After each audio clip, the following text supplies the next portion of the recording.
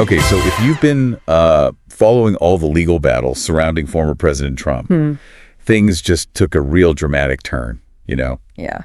We're diving into the news that both those federal cases against him, Right. the election interference one and the classified documents case, have been dismissed. Wow. And get this, it's all because of this long-standing Department of Justice policy that says you can't indict a sitting president. Right.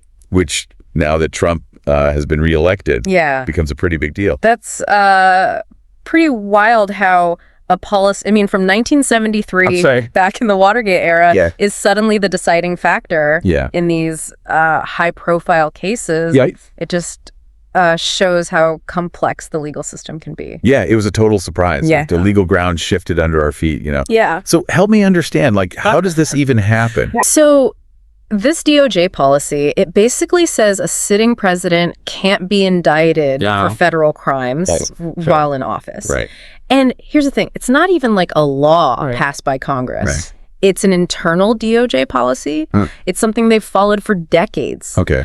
Special Counsel Jack Smith even confirmed, you know, that it applies in this situation. So wait, even though grand juries, like groups of everyday people, found enough evidence to actually charge Trump, this policy overrides that. Exactly. Wow. And this isn't totally new, you know. Right. Remember the Mueller investigation? Mueller investigation. Yeah. This same policy was a factor back then too. Okay, yeah, that makes sense. Yeah. So the charges are dropped. Well, so is that it?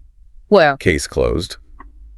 Or could they, you know, come back later? Yeah, like after his term ends in 2029? It is possible, like theoretically, but let's be realistic. By 2029, the statute of limitations might be a problem. The statute of limitations. Yeah, you see, a statute of limitations is a time limit for, you know, bringing charges. Right. After a certain number of years, you can't be prosecuted for a crime. Okay. Even if there's evidence. Gotcha. On top of that, I mean, do you really think there will be the political will to drag up a case from almost a decade ago? Yeah, good point. It's very unlikely that a future attorney general would want to touch that. Okay. Yeah. So for all practical purposes, these federal cases are done. Pretty much, yeah. We've seen some reactions from Trump's inner circle, like Dan Scavino tweeting about how these investigations have like messed with their lives. Yeah. Is this a common feeling among Trump's people? Absolutely. I mean, a lot of people in Trump's circle feel like their lives were, you know, turned upside down by all these investigations. Yeah. They were really holding on to hope that a Trump victory would make all this go away. Right. And in this instance, it did. But it's not like a total legal win. Well, there's still other cases against Trump. You're right. Right. The Manhattan case, where he was actually convicted, is still there. Right. Though sentencing has been postponed. And then there's, you know, Georgia. Yeah. That one's a total wild card. Oh, yeah. That one's a wild card. Yeah. We don't know what's going to happen with that one. Yeah. Speaking of, you know, the impact on Trump's allies, there's been this talk of prosecuting the prosecutors and investigating the investigators, you know? Yeah. How serious are these threats? Really? Things get a little hazy. Okay. There's a lot of, you know, talk. But no real evidence to justify opening criminal investigations against the prosecutors. So it's more political posturing than... Kind of, yeah. It's hard to say for certain. Right. But even investigations without, you know, criminal charges can really disrupt people's lives. Right. Costs them a lot of money. Yeah, for sure. Yeah. And that brings us to Pam Bondi. Right. Trump's choice for attorney general. Yeah. She's been pretty vocal about investigating those who investigated Trump. Yeah. What happens if she's confirmed? Yeah. And Trump, like, pushes her to go after them. I mean, that's the That's the question, isn't it? Yes. This is a totally different scenario in Trump's first term, you know, where Jeff Sessions recused himself from the Russia investigation, which then led to Mueller being appointed. Yeah. Recusals like that are, I think, unlikely this time around. So we're looking at a Justice Department. Potentially. That's more in line with Trump's thinking. It's possible, yeah. And that raises a whole bunch of new questions. A whole bunch of new questions. Yeah. So far, there's been no sign of a special counsel being appointed to investigate the administration. Right.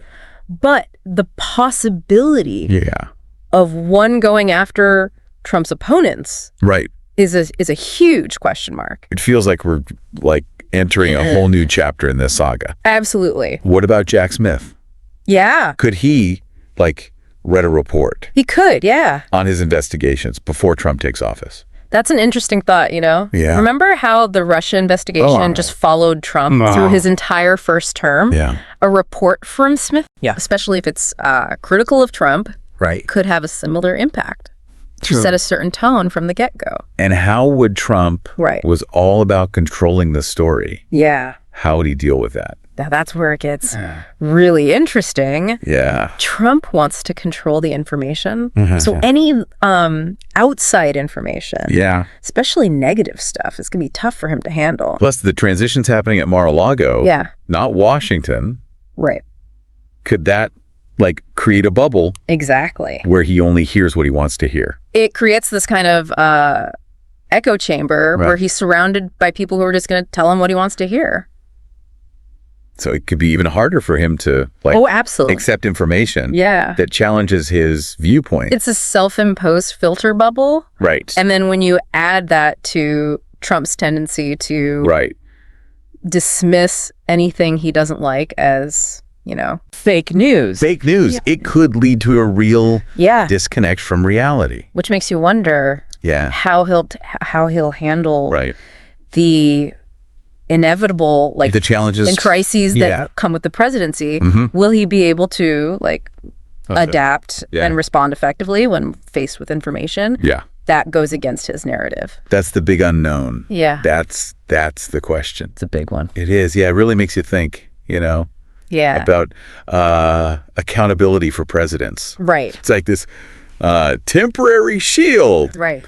But what does this all mean for the future? Exactly. Could this dismissal set some kind of precedent for how presidents are held accountable? You know, that's the real question here. This dismissal definitely sets a precedent. Yeah, but how it all plays out in the future, I mean, who knows? Nobody knows. Will future presidents see this as a green light? A green light to just act without any consequences while in office? Yeah. Or could this be like a wake-up call for Congress to step in? Ooh. And make this DOJ policy like an actual law? Yeah, right. And maybe add some checks and balances or something. Oh, that's it'll be interesting to see how this all unfolds. Yeah. Legal experts are going to be debating this for years. I bet. But let's shift gears for a second. Okay. We've been focused on the legal side of things. Yeah. But what about the political fallout from all this? Right. Yeah. How's this going to impact Trump's second term and all the power dynamics in Washington? It's like a political earthquake just happened. It really is. You're right. Yeah. This dismissal, it really strengthens Trump's position as he starts his second term. Yeah. It gets rid of a major legal hurdle. Right. It lets him focus on his agenda without these federal cases hanging over his head. And, you know, his base is energized by this. Oh, absolutely. Yeah. They see this as vindication. Right. Like, he was right all along. Yeah. Yeah, exactly. Yeah. This just reinforces that idea, you know, that Trump's a victim of this deep state conspiracy. Right. These charges were politically motivated. It could lead to even stronger support from his base and more pushback against any future investigations, you know. Or criticisms. Yeah, exactly. Yeah. Yeah. But on the other side of the aisle, this dismissal probably fuels anger and frustration. Democrats were already uneasy about a second Trump term. Yeah. And this just adds fuel to the fire. Absolutely. Right. Yeah. A lot of Democrats see this as a failure of justice, like a sign that the system favors the powerful. Right. It could lead to calls for stricter oversight of the executive branch. Okay. And even attempts to reform the DOJ policy itself. So it's not just a legal win for Trump. Right. It's a political win as well. It is. Tilts the playing field in his favor, at least for now. Exactly. Yeah. And that shift could have like ripple effects. Oh, for sure. Across, the whole political landscape. Absolutely, yeah. Supreme Court appointments, legislation, foreign policy, like everything's affected. Everything's affected. By this new power dynamic. Yeah. It feels like we're in uncharted territory. Uncharted waters. Yeah. We've never seen anything quite like this. It's hard to predict how this will all play out. It really is. Yeah. It's a unique moment. It is, yeah. In American history. For sure. It demands our attention, It does, yeah. We need to be vigilant, observe how these events shape the political landscape, the legal system, and ultimately the future of our democracy. Couldn't have said it better myself. That's what we're all about here on the Deep Dive, giving you the information and the insights you need to make sense of this complex and ever-changing world. That's it, yeah. Yeah.